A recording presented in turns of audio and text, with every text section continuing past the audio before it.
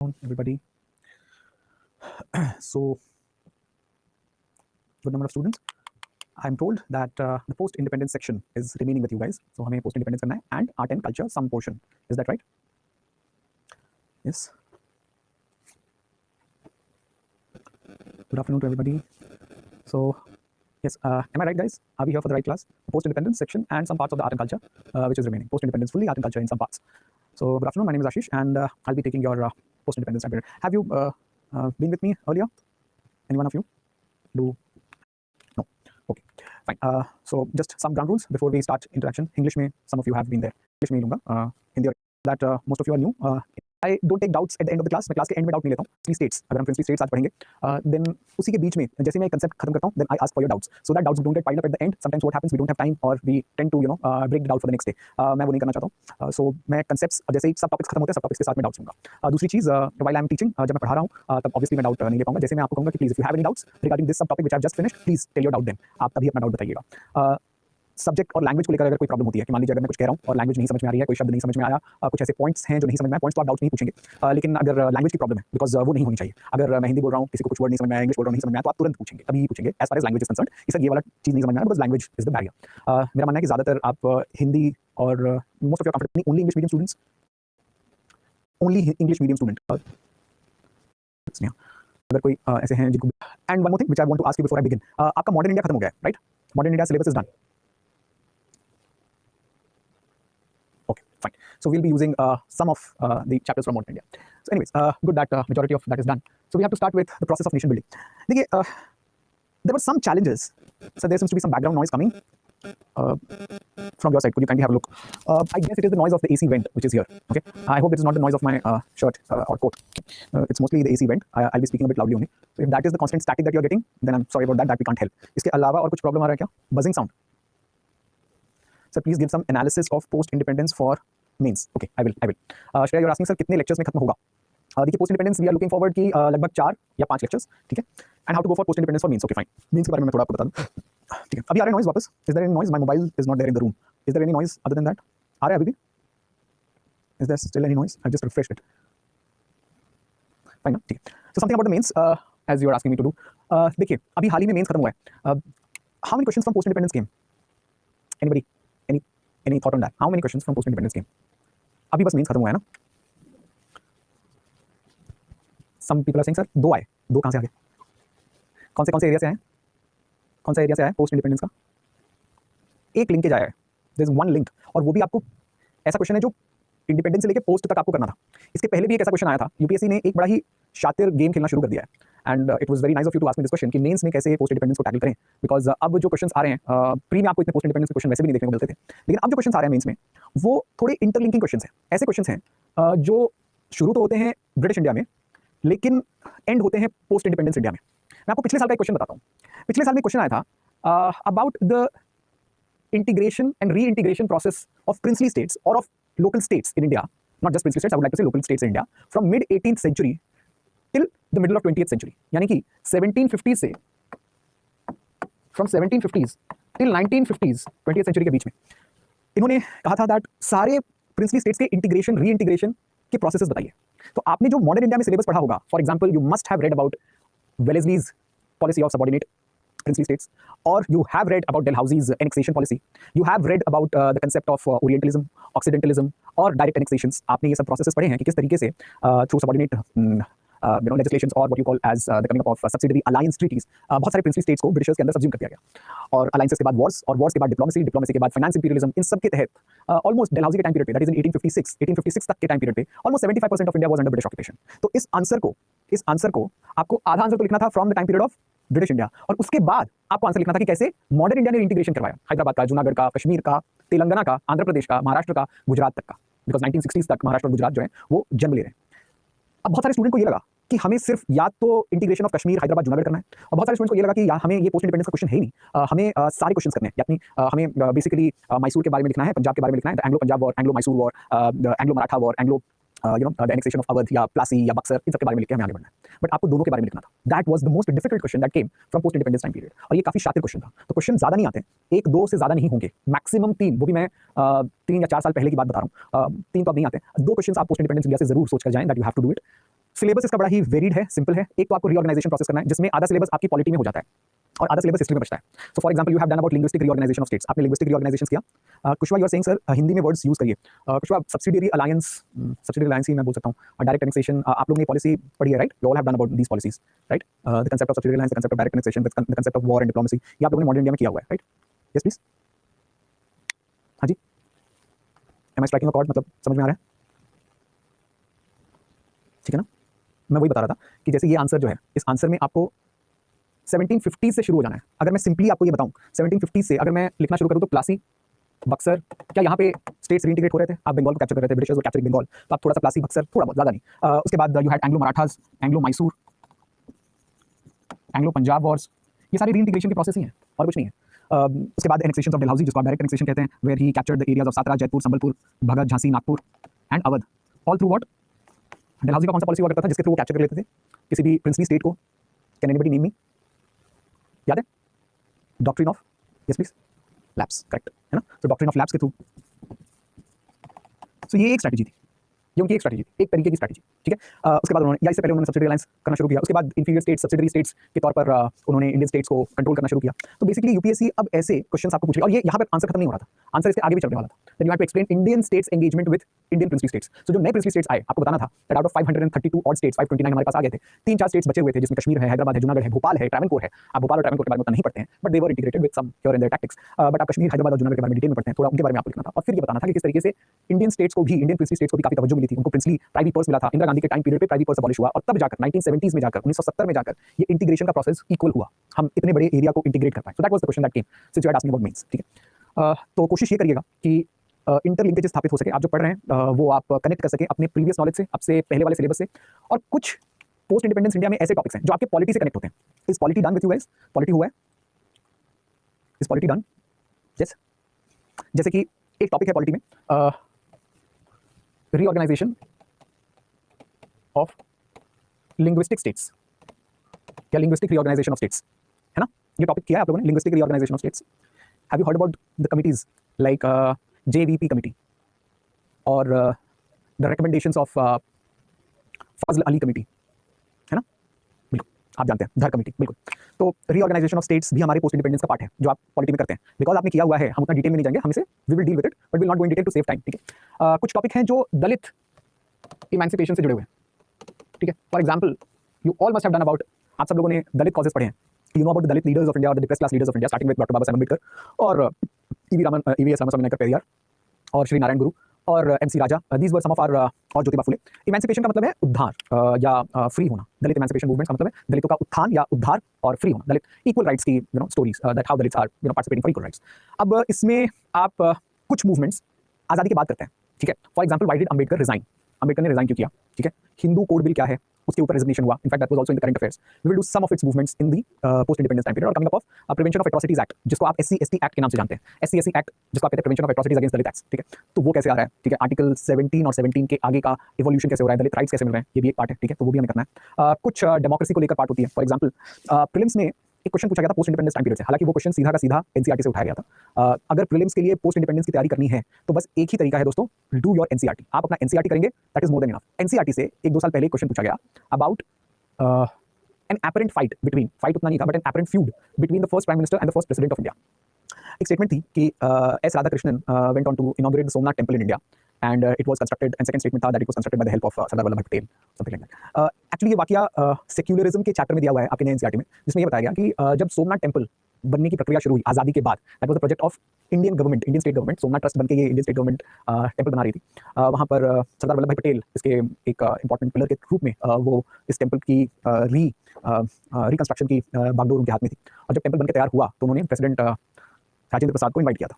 जवाहरलाल नेहरू ने राजेंद्र प्रसाद को लेटर लिख के कहा that president should not go into the inauguration of a temple because the president is the president of a secular nation, और एक धर्म से रिलेटेड चीज़ का इनॉग्रेशन कॉन्स्टिट्यूशनल अथॉरिटीज़ को शोभा नहीं देता है। अब इसके ऊपर राजेंद्र प्रसाद का और जवाहरलाल नेहरू का काफ़ी करस्पॉन्डेंस है और उसी को उठाकर यूपीएससी ने क्वेश्चन पूछ दिया था आपको, ठीक है। तो ऐसे कुछ क्वेश्चंस पोस्ट इंडिपेंडेंस इंडिया से भी पूछे जाते हैं। Lastly Rajendra Prasad went on to inaugurate the temple at Somnath and that is it. तो ऐसे भी कुछ क्वेश्चंस होते हैं जो सेक्युलरिज्म से आ सकते हैं, ठीक है, डेमोक्रेसी से आ सकते हैं। फॉर एग्जाम्पल JP मूवमेंट जो in fact that gave India it's first कोalition government, कि भारत में एक पार्टी राज्य को अगर खत्म किया गया, सो that was the total revolution started by JP, जिसको आप संपूर्ण क्रांति के नाम से जानते हैं। इसके बारे में भी हम थोड़ा पढ़ेंगे। So these are some of the important broad topics that we have to deal with, but the most important thing that you deal with is the nation building and the consolidation process, जिसमें integration of states आते हैं, particularly Junagadh, Kashmir और Hyderabad, and उसके बाद में you have some reorganisation, some Dalit movements, some other movements जो आप geography में पढ़ते हैं, जैसे ग्रीन रेवोल्यूशन हो गया, या एनवायरमेंटल मूवमेंट्स हो गए, जैसे Chipko Andolan, right, Appiko movements etcetera. So these are some of the movements which you already know, आप जानते हैं उस मूवमेंट्स को, जो आप कहीं ना कहीं ज्योग्राफी, एनवायरमेंट, पॉलिटी इन सब में पढ़ते हैं। Clear everybody? मैंने आपको ब्रॉड आउटलाइन में सिलेबस बताया हुआ है, ठीक है, और क्वेश्चंस कैसे आते हैं, which I have already told you. So you are here for around 20 marks और सो। अब मान लीजिए कि 20 मार्क्स के आसपास का क्वेश्चन आ सकता है, ठीक है, उसके लिए समय जो है थोड़ा कॉस्ट बेनिफिट रेशियो है, ठीक है, जो भी है, but will try and cover it in great detail, will try and cover it ताकि आपका इंटरेस्ट भी रहे। And this is one of the most interesting facets, अगर आपका पॉलिटी में इंटरेस्ट है, अगर आपका हिस्ट्री में इंटरेस्ट है, this is indeed one of the most interesting facets of our Indian history. Clear till here everybody? समझ में आ रहा है? Is language tough? थोड़ा लैंग्वेज की दिक्कत हो रही है क्या? क्लियर है? ठीक है sir, how many classes of post independence? Pradeep, अभी किसी ने पूछा था मुझसे, अभी मैंने बताया कि हम कोशिश करेंगे कि 4 क्लास में हो जाए, ठीक है, 4 नहीं होगा तो 5 क्लास में हो जाए, ठीक है, लेकिन आपको मेरे साथ आर्ट एंड कल्चर भी करना है ना, तो आर्ट एंड कल्चर भी करेंगे, ठीक है, तो उसके लिए तो और टाइम लगेगा, आर्ट एंड कल्चर में और भी लेक्चर्स लेंगे, ठीक है। क्या हुआ खुशी? बस क्या होती है sir? Link with economics. Economics, when you read economics, we do have a link of economics. For example, we do read green revolution, हम थोड़ा सा ग्रीन रेवोल्यूशन के बारे में पढ़ते हैं। You can say that is a part of an agricultural economy, that is okay. Sometimes you do read, however it's very long for post independence time period, but you do read LPG reforms, liberalization, privatization, globalization reforms. अब LPG reforms जब आप पढ़ते हैं, that is in 1990s, 1990 91 का reforms है। अब उतना आगे हम नहीं जाते हैं with respect to post independence, और वो आपकी इकोनॉमिक्स क्लास में कवर होती है, but post independence has a link with economics in that LPG reforms are in a broad way part of it, ठीक है। बट देखिए, पोस्ट इंडिपेंडेंस कौन से पेपर में पूछा जाता है? विच पेपर, कौन से पेपर का पार्ट है post independence? It's a part of paper 1, right. Paper 1 में hardly you will see questions of economics, ठीक है। इकोनॉमिक्स के क्वेश्चन, LPG वाले क्वेश्चंस कहाँ पे आते हैं? पेपर 3 में, है ना, right. So that is where you do it, ठीक है। मतलब सर इतनी सी क्लास नहीं है, मार्क्स के हिसाब से क्लास होती है ना। पढ़ाने को तो भाई पोस्ट इंडिपेंडेंस पढ़ाते जाइए, 1 महीने तक पढ़ा सकते हैं, मजा ही आएगा आपको किसी ने मुझसे पूछा नहीं, और बिकॉज आपने पूछा नहीं तो मैंने बताया नहीं, लेकिन मेरा काम है बताना। What about Wars? किसी ने बोला नहीं कि सर वॉर्स पढ़ेंगे कि नहीं, है ना। We have also gone through wars post independence, right. The war of 47, the war of 62 Indo China, 65 with Pakistan again, okay, and the Bangladesh liberation war of 1971, right. These are the wars that we have gone through, but why did I not mention it in the syllabus? मैंने syllabus में mention क्यों नहीं किया? Why have I not mentioned in the syllabus? Already covered. किसने cover किया? Post independence तो मैं ले रहा हूं। How is it covered? They are all wars of post independence. IR का पार्ट है, इंटरस्टेट रिलेशन में है, हो गया, good. Just notice this, IR का क्वेश्चंस उठा लीजिएगा, ठीक है। आईआर का तो छोड़ ही दो, जिस सिलेबस के लिए डिफाइंड है, that is in GS paper 1, जितने भी पास्ट ईयर क्वेश्चन होंगे of UPSC, it is my challenge, please go and see and find me one question from war. एक क्वेश्चन मुझे दे दीजिएगा from war. You will not find a single question from 65, from 71, from 62 wars. And that is the saddest thing for a student, because these topics are so interesting. But UPSC इसे syllabus में नहीं रखती है। इसका simple reason क्या है? Why? Many students ask me this, और मैं सिंपली बताता हूं उनको। ऐसा इसलिए है दोस्तों, क्योंकि हमारे पास हमारे वॉर की ऑफिशियल हिस्ट्री नहीं है। That is the simple truth. There is an institution in India called as National Archives. National Archives of India. हमारे यहाँ पे एक इंस्टीट्यूशन होती है अंग्रेजों के जमाने से। नेशनल आर्काइव्स का काम होता है as the official records keeper. जितने भी रिकॉर्ड्स होते हैं वो सब नेशनल आर्काइव्स में रहते हैं, और नेशनल आर्काइव्स में जैसे ही जाते हैं, आफ्टर 30 इयर्स और सो, 30 साल के बाद सारे government official records national archive में जाते हैं और हिस्टोरियंस को दिए जाते हैं। जो लोग हिस्ट्री पढ़ते हैं, लिखते हैं, उनको दिए जाते हैं ताकि वो उससे अपनी हिस्ट्री बना सके, लिख सके। वॉर्स के जितने भी फाइल्स हैं, चाहे वो 47 का हो, 65 का हो, 62 का हो, 71 का हो, वो फाइल्स डीक्लासिफाई नहीं किए गए हैं, वो फाइल्स आर्काइव्स को नहीं दिए गए, यानी कि उसकी कोई आधिकारिक हिस्ट्री नहीं है, यानी कि उसका कोई आधिकारिक फैक्ट नहीं है। और जब आधिकारिक हिस्ट्री नहीं है और आधिकारिक फैक्ट नहीं है, तो आपको यूपीएससी आधिकारिक रूप से अधिकारी बनने के लिए ये सवाल कैसे पूछ सकता है? आप समझ रहे हैं इस बात को? ठीक है, तो सवाल आता है कि सर इतनी सारी चीजें हमें वॉर के बारे में कैसे पता है? बिकॉज बाकी लोग अनाधिकारिक रूप से वॉर्स के बारे में लिख रहे हैं, जिन्होंने वॉर्स में पार्टिसिपेट किया वो लिख रहे हैं, जो वॉर्स के टाइम पे मिनिस्टर्स थे, कमांडर्स थे, जर्नलिस्ट्स थे, वो लिख रहे हैं। उनकी किताबें, उनके ज्ञान या उनकी मेमोरीज, उनके ओरल हिस्ट्री ही हमारे कम्युनिटी का पार्ट बन गई है। सबसे मजे की बात यह है कि अगर आप बांग्लादेश लिबरेशन वॉर के बारे में पढ़ेंगे तो यूएस की मिलिट्री के साइट पर, यूएस आर्मी की साइट पर वहाँ की ऑफिशियल हिस्ट्री लिखी हुई है। उन्होंने ऑफिशियल हिस्ट्री लिखी है, लेकिन हमने नहीं लिखी है। So my dear friends, that is where we suffer. लेकिन अगर हमें टाइम मिला और अगर आपका मन हुआ, अगर आपने कहा कि सर फिर भी हमें एक बार वॉर्स के बारे में बताइए, तो मैं जरूर बताऊंगा at the end of our classes, ठीक है। बट क्वेश्चंस नहीं आने वाले, ये मैं स्टैम्प पेपर पे लिख के देने के लिए तैयार हूं, ठीक है। सो आई नहीं है तो okay. Pradeep, you are saying sir I am going to join history option, should I do your classes? I don't take history options Pradeep, I do take history, but something about me, अगर आपको मेरे बारे में जानना है तो I've been reading, writing history from, I don't know, since 10-12 years. I've done my graduation, post-graduation, and now I'm doing my doctorate in history from Delhi University, all of that. And meanwhile, I was doing my MPhil. I gave attempts, cleared till prelims for 2 times, and then I stopped giving attempts and I started teaching in Delhi University. After that, I'm teaching here, ठीक है। Okay, तो चलिए, let us begin with our first topic today, ठीक है। बहुत बातें हो गई, अब टॉपिक करते हैं। हमारा पहला टॉपिक जो है वो इंटीग्रेशन का है। दैट इज, फर्ज करिए, इसको छोड़ दीजिए, जो लिखा हुआ है उसको जाने दीजिए। फर्ज करिए और इमेजिन करिए दैट आप अभी अभी आज़ाद हुए हैं और आप सब लोगों ने आज़ादी का टाइम पीरियड अच्छे से देखा है। I mean you have studied modern India. आप मुझे 3 चैलेंजेस बताइए, अगर आप उस जमाने के इंडिया के काउंसिल ऑफ मिनिस्टर्स में होते तो आप क्या देखते? What would be the 3 basic challenge that you thought that India needed its immediate attention to or needed to give its immediate attention to? कि आपका सबसे पहला रिस्पॉन्स क्या होता है as an independent country? What were the first 3 things that you needed to do? Anybody? Population, diverse culture with multiple language, rights of citizen. नहीं, आप मुझे बता रहे हैं कि क्या क्या है। I am not telling you to define the country as such, आप लोग डेफिनेशन दे रहे हैं। मुझे बताइए कि 3 सबसे बड़े इंपॉर्टेंट चैलेंज क्या थे आपके सामने immediately after the birth of nation? Immediately after poverty, communal riots, funds, rules and regulations, constitution framing. बिल्कुल सही, constitution is a very important thing. Providing food security, food security हमारे पास नहीं थी, ठीक है। Boosting economy because it was stagnant, governance, poverty, poverty आप में से बहुत लोग पॉवर्टी बोल रहे हैं sir, administration. Okay, let me come to some of the points that you are saying. आपको नहीं लगता that we had a fair sense of administration? आपको नहीं लगता that britishers when they went they left some semblance of administration? We had already conducted our elections while the Britishers were there. The first cabinet council was already out there, है ना? We had held our elections on the cabinet mission plan. Cabinet mission plan याद है आप लोगों को? Group A, group B, group C में हम लोगों ने डिवाइड कर लिया था. We had conducted our elections. The first cabinet was set up. The governor general was set up. In fact, we made the last viceroy of India the first governor general of independent India. So we had already that administrative semblance. Administration का ढांचा हमारे पास already था, ठीक है. Army का ढांचा भी था, मिलिट्री पावर्स भी थी. कुछ लोग कह रहे हैं कि सर पॉवर्टी. एक वाकया आपको याद दिला दूं कि हमारे पास फेमाइन, सबसे तगड़ा फेमाइन खुद इंडिपेंडेंस आने से पहले एक्चुअली 1942 में आया हुआ था. 1942 से 45-46 के बीच में ये फेमाइन चल रहा था. कैलकाटा एपिसेंटर बन चुका था और उसी समय हमने क्विट इंडिया मूवमेंट किया था. If anyone of you remember your chapters of quit India movement, जब आप क्विट इंडिया मूवमेंट कर रहे होंगे आपको याद होगा कि क्विट इंडिया मूवमेंट के टाइम जब हम सेकंड वर्ल्ड वॉर में पार्टिसिपेट कर रहे थे, ब्रिटिशर्स अनाज जो होता है, चावल जो होता है, जो एक जमाने से बर्मा से हमारे पास आता था या कैलकाटा से भी जाता था, वो चावल इंडिया में भुखमरी फैली हुई थी और वो चावल वो बाहर भेज रहे थे, अपने सोल्जर्स को भेज रहे थे. Those were fighting in the borders with Germany, those were fighting with Hitler out there, right. और इसलिए हम कह रहे थे कि हमारे यहाँ पर इन्फ्लेशन बढ़ा हुआ है. पॉवर्टी इस समय सबसे भयानक रूप में थी जब हम ब्रिटिशर्स से लोहा ले रहे थे. When Gandhi was sitting in Gwalior tank in Mumbai, Gwalior tank के मुंबई में वो खड़े होकर ये बोल रहे थे कि अब तो करना है या मरना है, डू और die. We have seen that, right. तो हमारे पास पॉवर्टी का इशू सबसे पहले उस टाइम पे आया, which we had already taken care of by 47. तो वी हैड फेमाइन वाला इशू थोड़ा सा सॉल्व हो गया था. We had hand to mouth existence, आप कह सकते हैं कि भाई no hand to mouth existence था, but we were still okay with that, ठीक है. दूसरी चीज बचती है, आप कह रहे हैं कि sir establishment of democracy. This I agree with you कि हमने इलेक्शंस अभी तक इंडिपेंडेंट तरीके से नहीं करवाए थे. बहुत सारे कमेंटेटर्स ऐसे होते थे जो आप आज पॉलिटी में भी पढ़ते हैं. फॉर एग्जांपल ग्रैनविल ऑस्टिन थे, वो कहा करते थे कि we don't know if the experiment of democracy will be there in India और नॉट. बहुत सारे ब्रिटिश थिंकर्स, वेस्टर्न थिंकर्स का ये मानना था कि एक ऐसा देश जो अपने जन्म से यानी कि हजारों साल के इतिहास से सिर्फ और सिर्फ मोनार्की को देखता आया है, एक ऐसा देश जहां पर राजे रजवाड़ों की खानदानें हैं, एक ऐसा देश जहां पर 350 प्रिंसली स्टेट्स तो ब्रिटिशर्स के रहते हुए हैं. मतलब ब्रिटिशर्स के पहले 550 प्रिंसली स्टेट्स हुआ करते थे. ब्रिटिशर्स ने तो बहुत सारे प्रिंसली स्टेट्स को एनेक्स कर लिया. मतलब एक देश जो राजाओं और रजवाड़ों में बटा हुआ है, वो डेमोक्रेसी कैसे प्रैक्टिस कर सकता है? So the biggest challenge was indeed, I would like to say here, was the exercise of democracy. कि हम डेमोक्रेसी प्रैक्टिस भी कर सकते हैं क्या? इनफैक्ट आपने जब पॉलिटी किया हुआ है तो आप मुझे एक सटीक स्टेटमेंट देंगे, we became a democratic nation, a democratic free independent nation, but we were yet to become republic. हम रिपब्लिक अभी भी नहीं बने थे. When did we become republic? इसका मतलब क्या है, इसका अंतर क्या है? I hope you can understand that जब तक कॉन्स्टिट्यूशन नहीं आता है, जब तक आपका आईन, जब तक आपका संविधान बन के तैयार नहीं होता है, आप रिपब्लिक नहीं होते हो. और ये कब बन के तैयार हो रहा था? माफ करिएगा, 26 नवंबर को हम बोलते हैं. हमने इनैक्ट कर दिया था, लेकिन अडॉप्ट हम बोलते हैं ना, कॉन्स्टिट्यूशन डे बोलते हैं ना. Yes, when do we say that? कब हम मनाते हैं? 26 जनवरी को रिपब्लिक है, but we had already enacted it, है ना, 49, राइट. 1949, 26 ऑफ नवंबर, ठीक है, not January, 26 of November 1949, which we now celebrated as constitution day. अब हम उसे कॉन्स्टिट्यूशन डे मनाते हैं. तो सबसे पहला तो चैलेंज था कि हमें संविधान बनाना है, and that was ongoing process. संविधान सभा बैठ चुकी थी, constituent assembly was there, it was already in process. Sessions चल रहे थे 2 साल और लगभग 11 महीने, 19 दिन का सेशन था. और उस सेशंस के एंड तक हमने अपना कॉन्स्टिट्यूशन वाला चैलेंज तो सिंपली कर लिया था. ये चैलेंज आप पढ़ते हैं आपके पॉलिटी में, सो that is fine. Name me the second challenge. Name me the second challenge. 18 दिन. ओके, श्रेया सिंह कि सर 2 साल 11 महीने और 18 दिन, 19 दिन नहीं. ठीक है श्रेया, आई स्टैंड करेक्टेड. हाँ, फूड मैंने आपको बताया, food was salt, almost salt. We were having food. Economic stability, we were also fairly economic stable. हम लोग इतने खराब स्थिति में नहीं थे. फूड इनसिक्योरिटी इतनी खराब स्थिति नहीं थी, जैसे कि मैंने इतने टाइम से आपको बताया.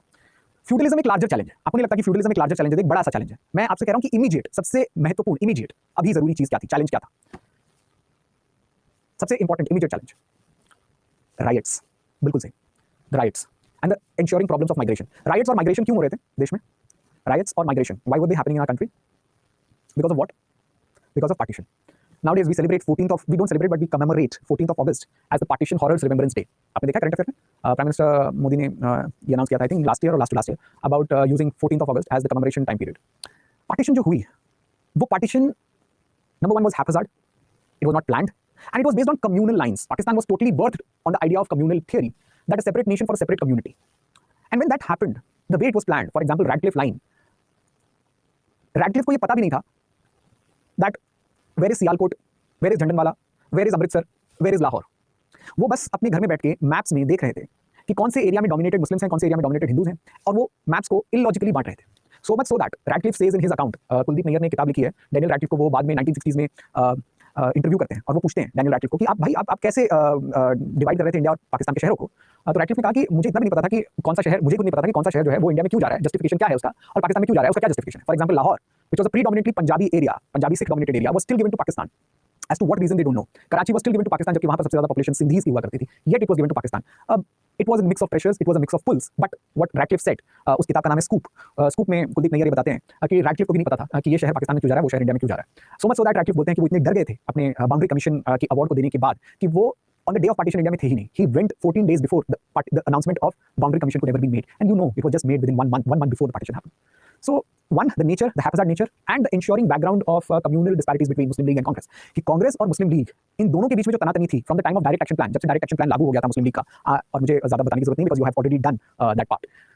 यानी कि मुस्लिम लीग अपनी इलेक्टोरल पॉलिटिक्स को छोड़कर राइट्स की पॉलिटिक्स पर आ गई, सड़कों पर उतरने लगी। इंडिया के कई सारे शहरों में, नोआखली हो, हैदराबाद हो, कलकत्ता हो, बॉम्बे हो, मद्रास हो, कराची हो, इन सभी शहरों में दंगे हो रहे थे, right. So that communal politics created tension and rift between two communities, और इस कम्युनिटी ने सबसे ज्यादा, मतलब इस सिचुएशन ने सबसे ज्यादा माइग्रेशन और राइट्स को जन्म दिया। So that became the other very important challenge that we have to deal with, the most important immediate challenge.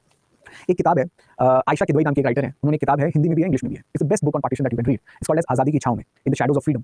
और उस किताब में आयशा किदवई बताती हैं, जो लोग दिल्ली में रहते हैं वो लोग जानते हैं इस बात को, कि दिल्ली के बहुत सारे एरियाज कैंप बन गए थे, परमानेंट कैंप बन गए थे। जैसे कि निजामुद्दीन का एरिया हो वो, या पुराना किला का एरिया हो वो, या प्रेजेंट डे लाजपत नगर का एरिया है दिल्ली में वो। और इन सारे कैंप्स में पंजाब से, दूर सुदूर पंजाब से, प्रेजेंट डे पाकिस्तान एरिया से लोग आते थे, फ्लॉक करते थे और रहते थे।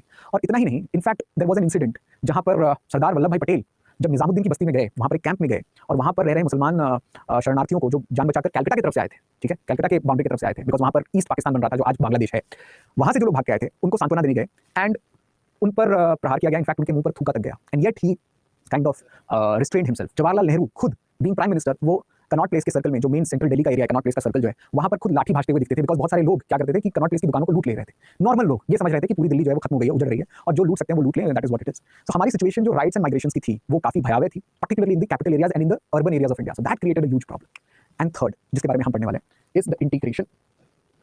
इंटीग्रेशन एक बंदर बांट की तरह था, ठीक है, because try to go back to your memory of cabinet mission plan. Cabinet mission plan हो जिसमें तीन लोग थे, पैथिक लॉरेंस थे, और mister Stafford Cripps and AV Alexander. ये तीनों लोग, स्टैफोर्ड क्रिप्स तो पहले भी आ चुके थे इंडिया में, लेकिन ये जो तीन लोगों ने कैबिनेट मिशन प्लान भारत को दिया, क्या आप बता सकते हैं कि इसमें कोई रोड मैप था कि इंडिया के प्रिंसली स्टेट्स इंडिया में कैसे इंटीग्रेट होंगे? Did you find any road map in any of the plans? Forget cabinet mission, tell me from Cripps mission plan to Wavell plan to August offer, any other plan. क्या आप किसी भी plan में जो Britishers ने 42 के बाद में देना शुरू किया till the time period of 46, even in India independence act of 47, क्या किसी भी प्लान में ये लिखा था कि इंडियन प्रिंसली स्टेट्स कैसे इंटीग्रेट होंगे? या माउंटबेटन प्लान में लिखा था कि इंडियन प्रिंसली स्टेट्स कैसे इंटीग्रेट होंगे? एनीबडी?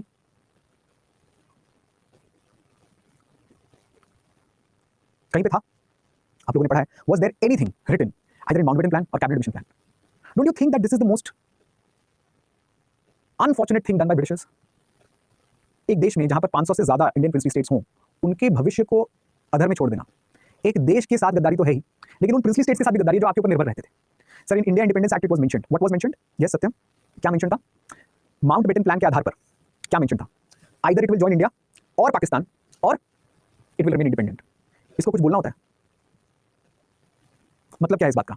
भैया या तो पाकिस्तान ज्वाइन कर लेना, या इंडिया ज्वाइन कर लेना, या इंडिपेंडेंट रहना। As if they are going to join us, of course they are not going to join us ना, of course they are not going to integrate with China ना, yes, of course they will remain independent, and of course who doesn't want to remain independent? Are you getting? इसको क्या बोलते हैं? इसको बोलते हैं कि भाई इट्स लाइक सेइंग दैट आपको कोई पढ़ने के लिए बोल रहा है, आपको यूपीएससी करना है, तो इसको ये बोलते हैं कि भैया या तो तुम्हारा यूपीएससी होगा या नहीं होगा, या तो तुम अपना कुछ ना कुछ कर लोगे। भाई मुझे भी पता है मैं कुछ ना कुछ करूंगा, अब मुझे भी पता है कि मेरा हो जाएगा अगर मैं अच्छे से पढ़ूंगा, मुझे भी पता है कि अगर मैं अच्छे से नहीं पढ़ूंगा तो मेरा नहीं होगा। तो इसके बोलने का या नहीं बोलने का कोई मतलब नहीं रह जाता। The kind of treatment that was given to Indian princely states, or the kind of future that was envisaged for them, was pathetic by Britishers, because they desired what you call as India का balkanization करना चाहते थे। What do you mean by balkanization of India? Balkanization का मतलब क्या होता है?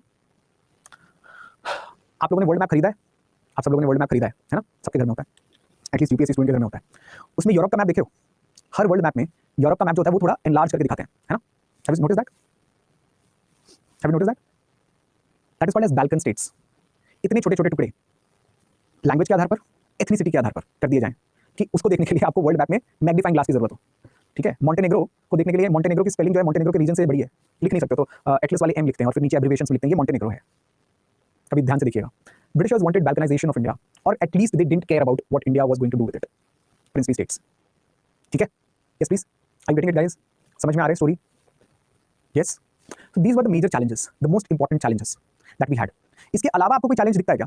For example आप कह सकते हैं कि sir Pakistan was a major challenge. I do agree with you, ठीक है, but that happened to be external in nature. मैं यहाँ पे इंटरनल चैलेंजेस की बात कर रहा हूँ, the challenges which was there with us, हमारे अंदर की जो चैलेंजेस थी, जो हमें लेगेसी के रूप में मिल रही थी। लेगेसी इश्यूज कहते हैं इसे, है ना, कि आपको विरासत में मिल रही है, विरासती मुद्दे हैं ये सब, ठीक है। सेपरेटिज्म की हिस्ट्री जो है वो थोड़ी लेट शुरू होगी, 1967 से आप देखेंगे कि अलगाववादी ताकतें शुरू होंगी, और कश्मीर में that was the process of late 1980 से शुरू होती है, ठीक है। Clear till here? ओके, तो यही चीज़ यहाँ पर भी लिखी हुई है दैट हमारे पास पार्टीशन का इम्पैक्ट था। Okay, almost 8 million refugees.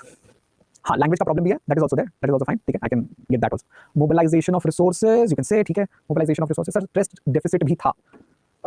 women honor killings, जो आप मतलब what you are saying is indeed challenges, but please understand that these are long term challenges. Dalit issues is a challenge, emancipation is a challenge, women issues is a challenge, language reconsideration, state का reorganization on the basis of linguistic groups is a challenge. but ये सारे long term challenges, ये ऐसे challenges हैं जिसका process चल रहा है। For example मैं अगर कहूँ climate change is the biggest challenge, आपको नहीं लगता कि climate change एक long term challenge है और इसका long term solution निकलता है, कोई short term तो दवाई है नहीं, right? Similarly these were also those kinds of challenges जो long term थे, ठीक है, short term तो कुछ होता नहीं, ठीक है, short term यही सब है जो हम देख रहे थे, ठीक। Illiteracy also a long term issue, ठीक है, but I'm happy that you all are able to understand and give responses. Basically class में यही होना चाहिए, जब तक आप चीज़ों को डिस्कस नहीं करेंगे, until unless I keep asking from you, you don't reply, or if you do reply, then only the process will be much better, ठीक। So I often try to do this, ठीक है, कि मैं पढ़ाने से ज़्यादा पढ़ाना तो है ही, पर उससे ज़्यादा डिस्कशंस बहुत इंपॉर्टेंट होते हैं, so that you keep on jogging your memory, you keep on revising your memory, okay, fine. So partition, princely states का challenge, unity का struggle on the basis of language, caste, religion, which we have already seen, and developmental obstacles, I can say this is a long term issue, ठीक, that was out there. तो ये सारे हमारे challenges थे, okay, and we came across all of them, हम सब चीज़ को पार करते हुए आगे बढ़ रहे थे, और इसलिए हम लोग ने इमीडिएट चैलेंज, मीडियम चैलेंज और लॉन्ग टर्म चैलेंज के डिफिनेशंस किए हुए, सो that is the idea behind it, okay. Now partition and partition consequences is not an important topic, but we have already done that. Radcliffe Commission और Boundary Commission के challenges by Cyril Radcliffe, division, lacking of advisors, outdated map, short time frame, ये सब हम लोग ने किया हुआ है, so we don't need to do it in much consideration. हमारे लिए जो first important topic है वो है integration of princely states. So princely states was the first challenge that we will do. Okay, please explain me the concept of paramountcy. Who gave the concept of paramountcy? अगर ये समझ में आ गया तो बाकी सब सही है। This is the most elemental thing in princely states integration. मुझे कोई बताएगा कि paramountcy क्या होती है और which governor general was responsible for starting this, and what did you mean by the lapse of paramountcy? Smriti Rekha, you are saying, sir, it means supreme power.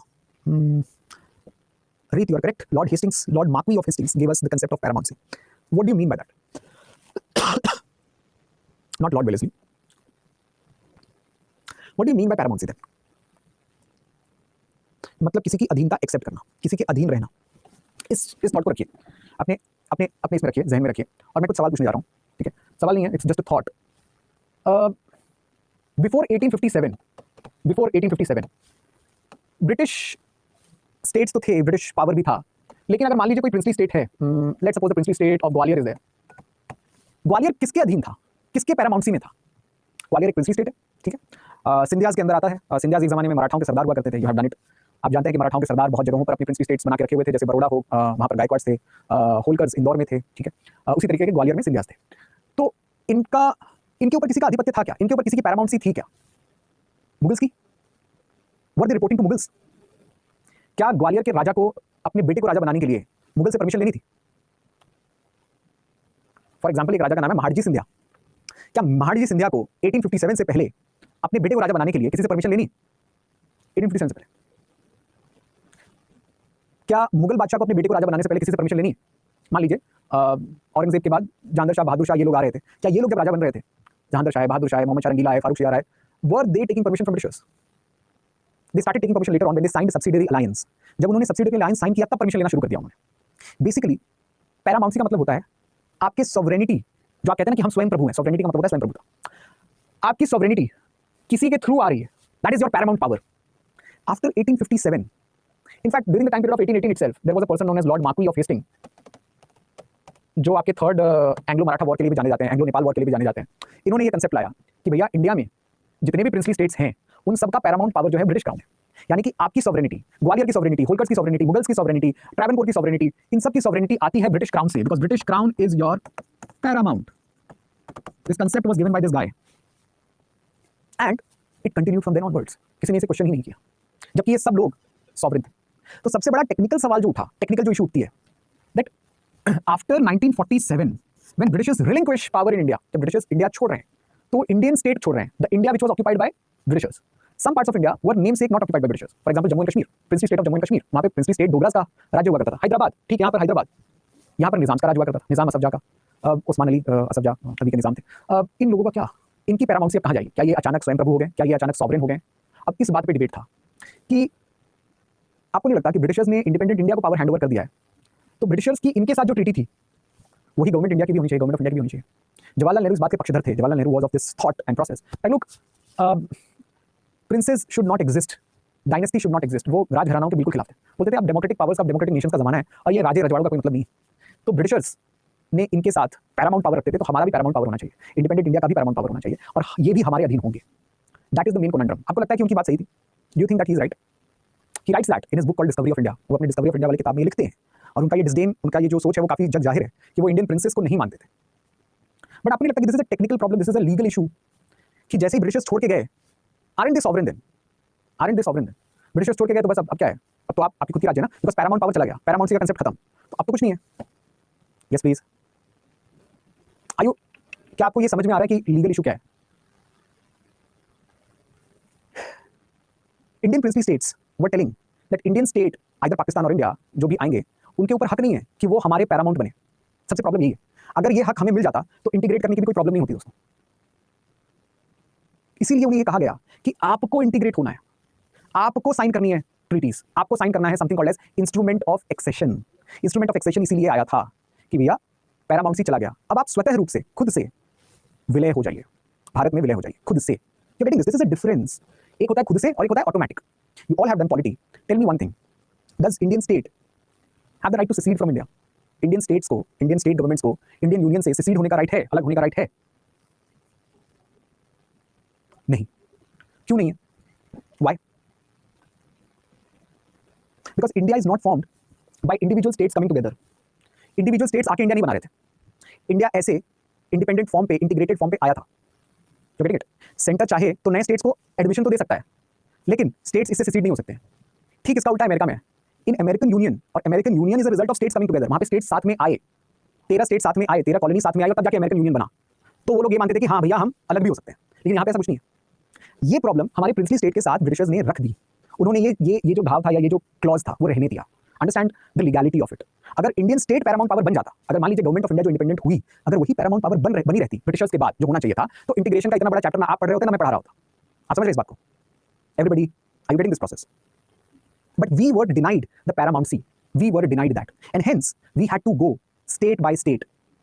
Her state के पीछे हमें जाना था, हर state के पीछे सरदार वल्लभ भाई पटेल गए, VP Menon गए, माउंट बेटन गए। Are you able to understand this process guys? समझ में आ रहा है? ये बड़ा ही महीन चीज़ है, वैसे तो समझने के लिए कुछ भी नहीं है, लेकिन आप लीगैलिटी में जाएंगे, it's a big deal for us to understand why we had to spend so much energy and so much if I would say time in integrating the Indian princely states. Integration 60s तक चला. We had fought the Goa Liberation War also in the 60s. तो हमारा we integrated Sikkim also in the 70s. तो हमारा integration काफी दिनों तक चल रहा था, काफी सालों तक चल रहा था. Thanks to Britishers. Able to understand? I hope I'm able to drive home your point. तो ये जो एक सिंपल सी लाइन है, उसके लिए इतना टाइम लगा है. The paramountcy of British Crown recognized, leading to limited independence. And understand that this paramountcy was not transferred to the Indian government, and that is why everything happened. That is why princely states, in order to integrate with India, had to sign what? Instrument of accession. कोई आपसे पूछे कि instrument of accession क्यों sign हो रहा था? This is the long reason. Able to get? Yes, please. Yes.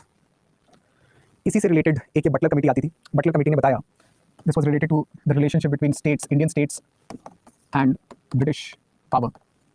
That इन्होंने बोला that states shouldn't be handed to Indian government. Indian government को नहीं दिया जाना चाहिए without state consent. जब तक स्टेट खुद कंसेंट ना दे तब तक इंडियन गवर्नमेंट को स्टेट्स को नहीं देना है, प्रिंसली स्टेट्स को नहीं देना है.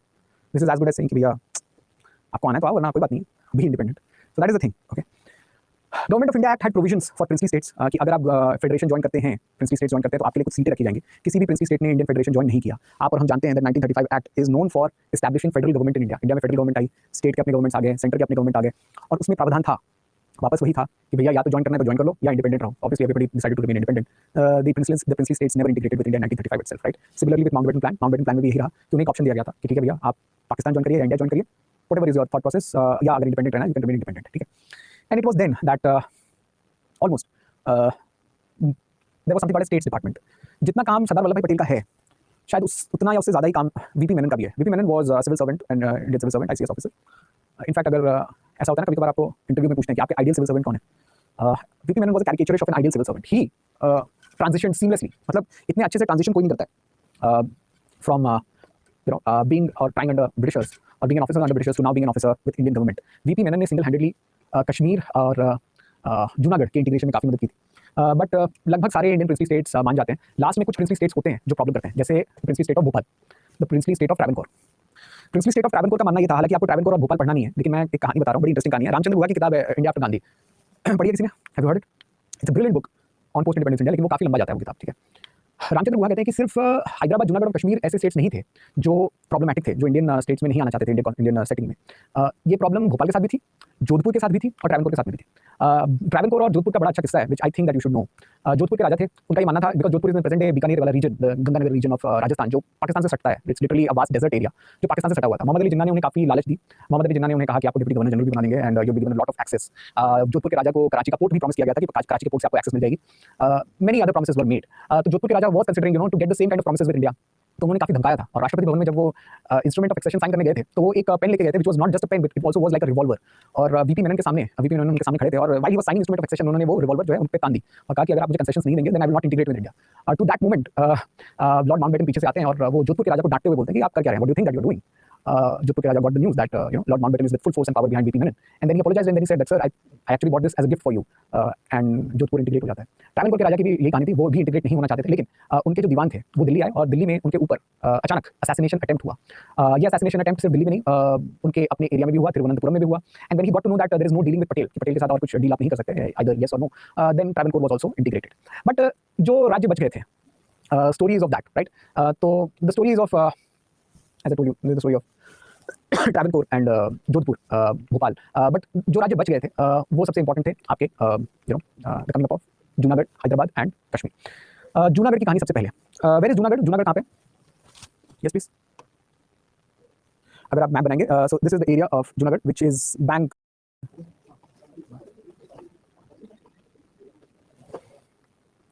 Yes guys, is it visible now?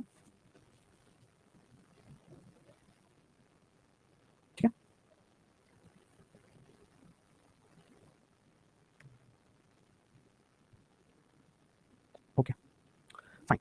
So I was talking about Junagadh, right? So I was telling you that Prince नवाब महाबत खान, जो वहाँ के नवाब हुआ करते थे, उनका ये मानना था that Junagadh shares a maritime boundary with Pakistan. यहाँ से पाकिस्तान है लगा हुआ, तो maritime boundary में पाकिस्तान के साथ शेयर करता हूँ. It's very natural for me to go towards Pakistan.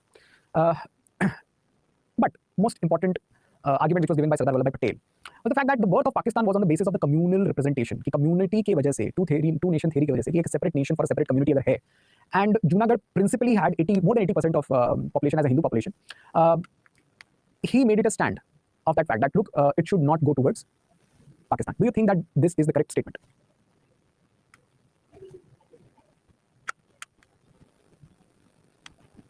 Yes. How many of you think that this is the correct statement? Statement ये है कि जिस एरिया में मेजॉरिटी पॉपुलेशन हिंदूज हैं तो वो इंडिया में जाना चाहिए, और इंटीग्रेशन जो है, अगर पाकिस्तान का creation he in the name of religion हुआ है, so obviously Junagadh will not be a part of that. Do you think the statement is correct? Agree? Geography should be reason. Nirmal, you are not agreeing. Okay. If you agree with this statement, then you will be at fix when we discuss Kashmir. जब हम Kashmir discuss करेंगे तब आप fix में हो जाएंगे, क्योंकि कश्मीर में इसका उल्टा था. Majority population was not Hindus. It was exactly उल्टा of this. That means here is a Muslim ruler ruling over Hindu majority area, and there in Kashmir is a Hindu ruler, Maharaja Hari Singh Dogra, ruling over a predominant Muslim area. That becomes a problem, that becomes a conundrum. इसीलिए हम ये statement नहीं दे पाते थे. समझ में आ रहा है आपको? समझ में आ रहा है? तो आर्ग्यूमेंट ये नहीं होना चाहिए. आर्ग्यूमेंट क्या होना चाहिए?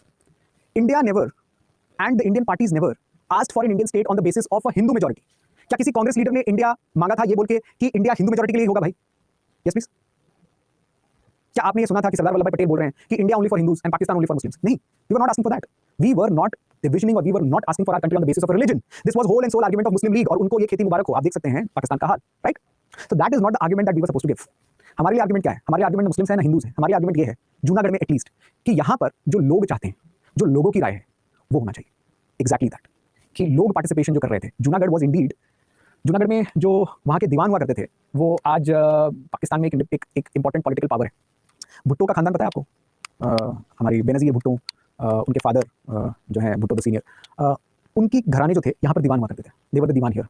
तो जब नवाब महाबत खान को पता चला that look India is going to intervene with the popular movement, ठीक है, बहुत पॉपुलर मूवमेंट होने वाली है, जूनागढ़ में लोगों की पॉपुलर मूवमेंट शुरू हो गई थी। एक्चुअली 1937 में एक कांग्रेस की प्रिंसली स्टेट्स के लिए एक ऑर्गेनाइजेशन शुरू हुई थी। I don't know how many of you know about this. It was called as Praja Rajya movement. Have you heard about this? और द प्रजा राज्य मंडल्स। ये प्रजा राज्य मंडल्स 1937 में जवाहरलाल नेहरू ने बहुत प्रिंसली स्टेट्स में बनाए थे, ताकि प्रिंसली स्टेट्स में भी कांग्रेस का प्रचार प्रसार हो सके। एक बड़ी इंटरेस्टिंग सी चीज़ है, एक बड़ा इंटरेस्टिंग फैक्ट है। आप लोगों ने जितने भी कांग्रेस सेशंस देखे हैं मॉडर्न इंडिया में, have you seen any Congress session in any princely state? क्या आपने देखा कि ग्वालियर में कोई कांग्रेस सेशन हो रहा हो, श्रीनगर में कोई कांग्रेस सेशन हो रहा हो, बड़ौदा में हो रहा हो, हैदराबाद में हो रहा हो? कभी सुना है? नहीं सुना है ना? नहीं सुनेंगे आप, right? It's because Gandhi ji हमेशा प्रिंसली स्टेट में कांग्रेस के अधिवेशन कराने से मना करते रहते थे। बोलते थे कि प्रिंसली स्टेट्स जो हैं वो अपने आप हमसे इंटीग्रेट हो जाएंगे। वो लोग पेट्रियट लोग हैं, राजा लोग जो हैं वो देशभक्त लोग हैं। देशभक्त जब आज़ाद हो जाएंगे तो वो इंटीग्रेट हो जाएंगे। जवाहरलाल नेहरू का बिल्कुल मानना नहीं था और सरदार पटेल का बिल्कुल मानना नहीं था। उन्होंने कहा कि कोई इंटीग्रेट नहीं होने वाले, तो वहाँ पर भी हमें नेशनल मूवमेंट्स करनी चाहिए। तो 1937 में दे स्टार्टेड विद सम प्रजा राज्य मंडल और प्रजा राज्य movements, and that became active in Junagadh.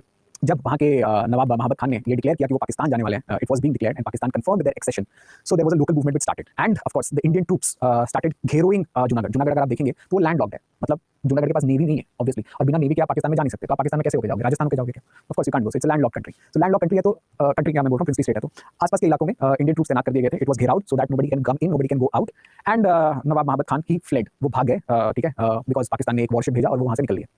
जब नवाब महाबत खान निकल लिए वहाँ से, तो वहाँ के जो दीवान थे शाहनवाज भुट्टो, उन्होंने इंडियन गवर्नमेंट को इनवाइट किया। इंडियन गवर्नमेंट आई और ठीक जूनागढ़ को सीधा एनेक्स नहीं किया गया, सीधा इंटीग्रेट नहीं किया गया। Indian government conducted a plebiscite. Indian government ने एक प्लेबिसाइट वहाँ पे कंडक्ट करवाया, वोटिंग कंडक्ट करवाई, how many of you want to go towards India, integrate with Pakistan, ठीक है। So that was the first kind of plebiscite which was done in February 1948.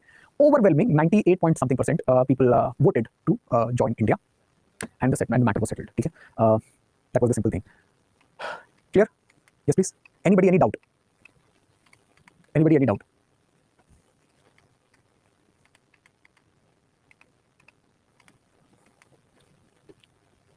समझ में आ रहा है? Following till here. Come to Kashmir.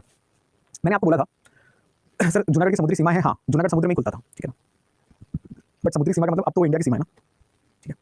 C referendum is often done for small decisions. मैं जानता हूँ कि बहुत सारे लोगों को ये डाउट रहता है कि सर प्लेबिसाइट और रेफरेंडम में क्या अंतर होता है। प्लेबिसाइट एक मेजर रीजन की वजह से होता है। एक मेजर रीजन का मतलब कि मान लीजिए आपको इंटीग्रेट होना है कि नहीं होना है, ठीक है। लेकिन अगर कोई गवर्नमेंट डिसीजन है, अंदर का कोई डिसीजन है गवर्नमेंट का, तो वो रेफरेंडम के थ्रू होता है। ब्रेक्जिट का रेफरेंडम, ठीक है। लेकिन अगर स्कॉटलैंड को, आयरलैंड को ब्रिटेन से अलग होना है तो प्लेबिसाइट होगा, ठीक है।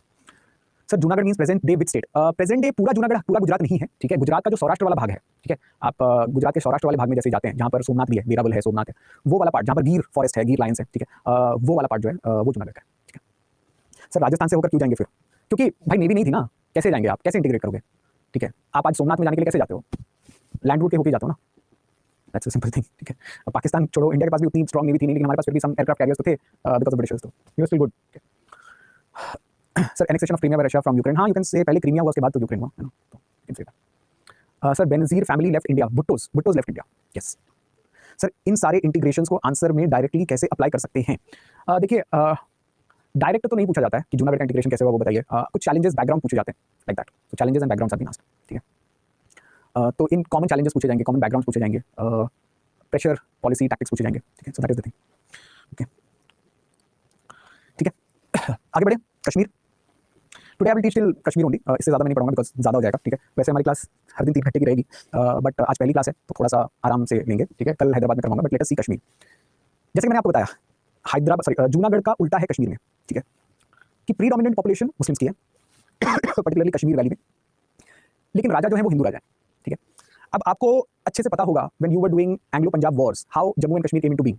गुलाब सिंह डोगरा जो है वो ट्रीटी ऑफ लाहौर और उसके बाद में अमृतसर के बीच में कश्मीर को खरीद रहे थे from Britishers, and at that point of time Kashmir became a principality under Dogras. Dogras एक ज़माने में दिलीप सिंह और उनकी फैमिली के लिए, या महाराजा रणजीत सिंह और उनकी फैमिली के लिए काम किया करते थे, राइट। और Dogras are basically the Kshatriyas of the Himalaya areas, they are not from Punjabi origin, they are not from Punjab origin, ठीक है। सो बेसिकली कश्मीर का जो जेनेसिस था वो एज सच कोई वॉर से नहीं आ रहा था। कश्मीर का जेनेसिस, जम्मू एंड कश्मीर का जेनेसिस एक ट्रीटी से आ रहा था। Now of course when if you look at Kashmir को आप इस एंगल से मत देखिए कि बस वो इंडिया और पाकिस्तान के बीच में ही बसी हुई एक कड़ी है, ऐसा नहीं है। Maharaja Hari Singh, according to Ramachandra Guha, doctor Ramachandra Guha, Maharaja Hari Singh happened to see Kashmir as a gateway to Central Asia.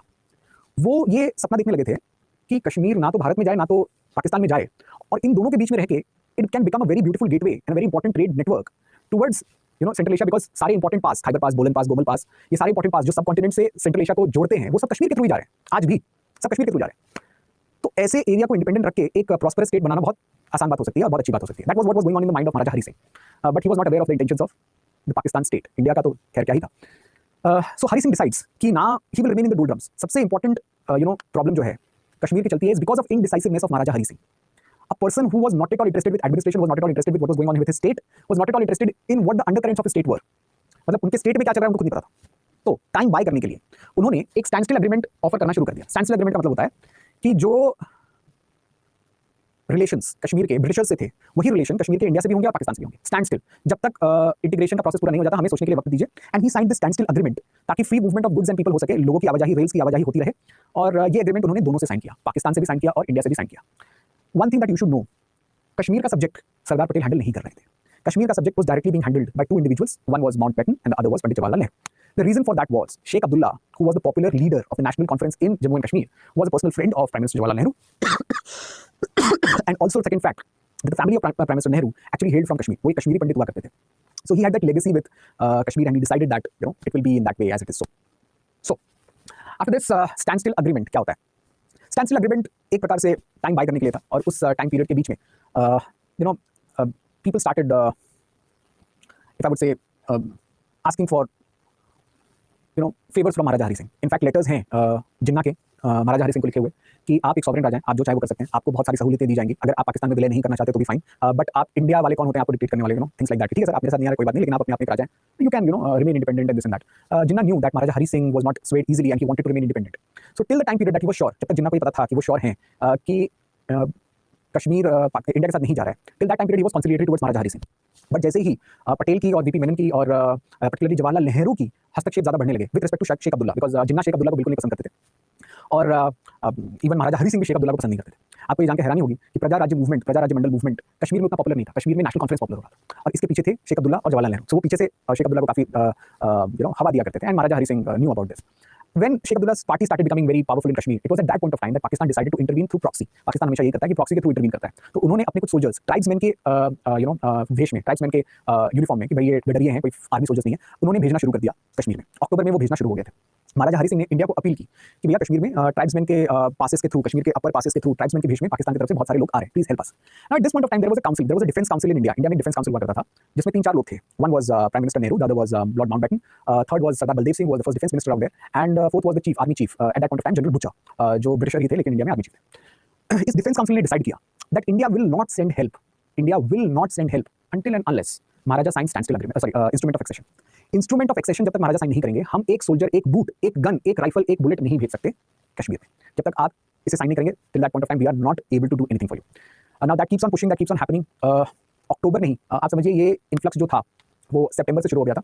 सितंबर अक्टूबर के लास्ट में आते आते तक, जब Srinagar was under the presence of, it was almost certain कि महाराजा वापस श्रीनगर नहीं जा सकते। एक्चुअली महाराजा भाग के जम्मू आ चुके थे। आप लोग को शायद ज्योग्राफी पता होगी, श्रीनगर ऊपर है, जम्मू नीचे है, और इससे ऊपर बारामुल्ला है। ठीक है, सो एक्चुअली क्या हुआ था, and this is a very interesting thing, कि बारामुल्ला में एक हाइडल पावर प्रोजेक्ट है जो श्रीनगर को बिजली देती है, और ट्राइबल्स यहाँ से ऊपर से आ रहे थे और बीच में सारे शहरों की में लूटपाट मचा रहे थे। इनफैक्ट कश्मीर के जितने भी इंपॉर्टेंट एरियाज थे, ठीक है, वुल लेक के आसपास, वुलर लेक के आसपास, उन सब जगहों पर बेरहमी से लूटपाट मचाते हुए, even there were horrific cases of crime against women, children, people were looted left and right on the streets. It was all a collapse of law and order.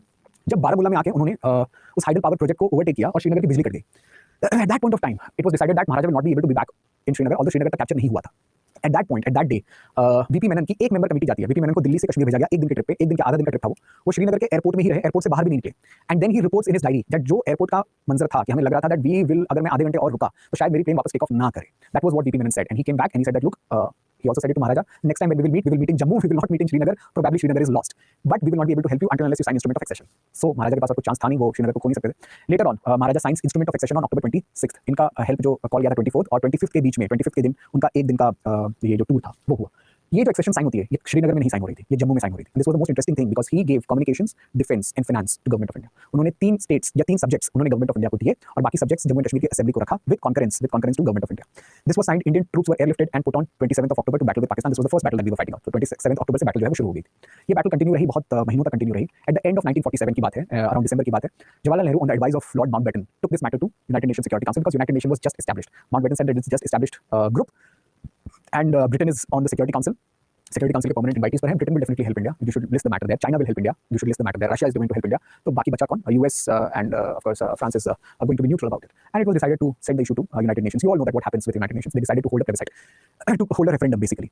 But referendum जो है वो पास नहीं हो पा रहा था. वो पास नहीं हो पाया या referendum conduct नहीं हो पाया. The argument that was given from the side of India was referendum is only possible if there is complete withdrawal of troops. ना पाकिस्तान की तरफ से withdrawal of troops हुआ, ना इंडिया की तरफ से withdrawal of troops हुआ. तो अगर withdrawal of troops हो ही नहीं रहा है तो referendum कैसे होगा? That issue remains as we speak today. But you know that the side which is occupied by Pakistan, that the LOC side, जो पाकिस्तान occupied Kashmir है, that has remained because of the inability, literally inability at that point of time by Maharaja Hari Singh to take an early decision. Had he taken that decision in September, जब tribals आ रहे थे, हमारे वहाँ पे जो Bakarwal tribals हुआ करते थे कश्मीर के, वो बार बार इंडियन इंटेलिजेंस को, इंडियन आर्मी को और इवन कश्मीर और जम्मू कश्मीर एडमिनिस्ट्रेशन को ये बोला करते थे that you know the tribals are coming from the other side and that is causing lot of problems. अगर ये कुछ पहले एक्सपीडिट हो गया होता, maybe we would have, हमारे पास मुकम्मल कश्मीर होता, बट वो है नहीं.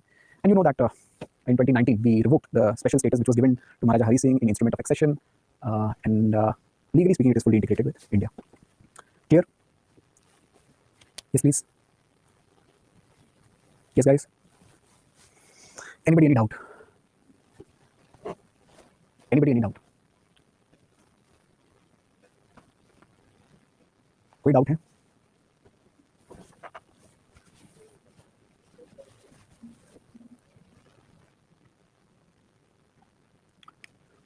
सर ट्राइबल को कोई लीड नहीं कर रहा था, yes, but they were being led by the Pakistani army commanders. Is there any need to go further in depth? No. If you don't have any immediate interest तो नॉट अ नीड. ठीक है. अगर ज़्यादा interest है तो मैं बीच बीच में किताबों के नाम बताता रहता हूँ आपको, तो आपको किताब देख सकते हो. India After Gandhi is a good book for post independence. So it's a good one. So what were the 3 major powers Maharaja give? See, सब जगह 3 ही मेजर पावर दिए जाते हैं, हर जगह, फाइनेंस, कम्युनिकेशन एंड डिफेंस. ठीक है. तो लोग LOC आज उसी जगह पर है जहाँ पर आर्मी रुक गई है. Yes, but it was also a bit revised during the Kargil war. ठीक है. And the 1965 war that we had with Pakistan during time period of Tashkent agreement जब हो रहा था लाल बहादुर शास्त्री जी के टाइम पीरियड पे, तभी भी थोड़ी सी LOC रिवाइज हुई थी, लेकिन अमूमन ज़्यादातर वही LOC है जो तभी हुई when we refer the matter to United Nations.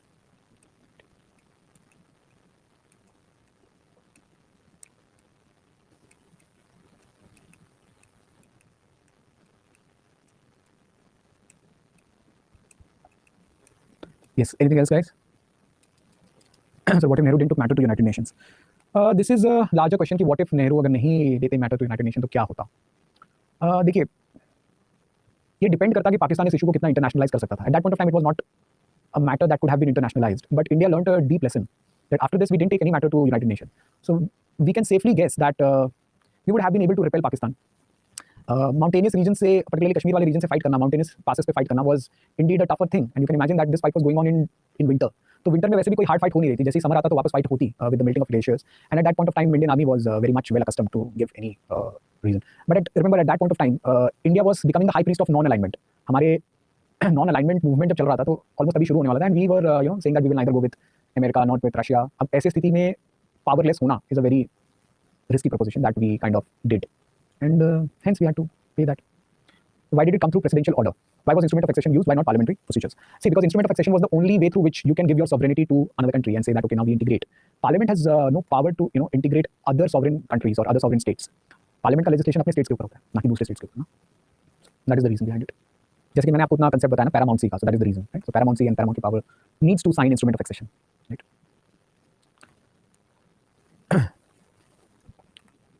Anything else guys?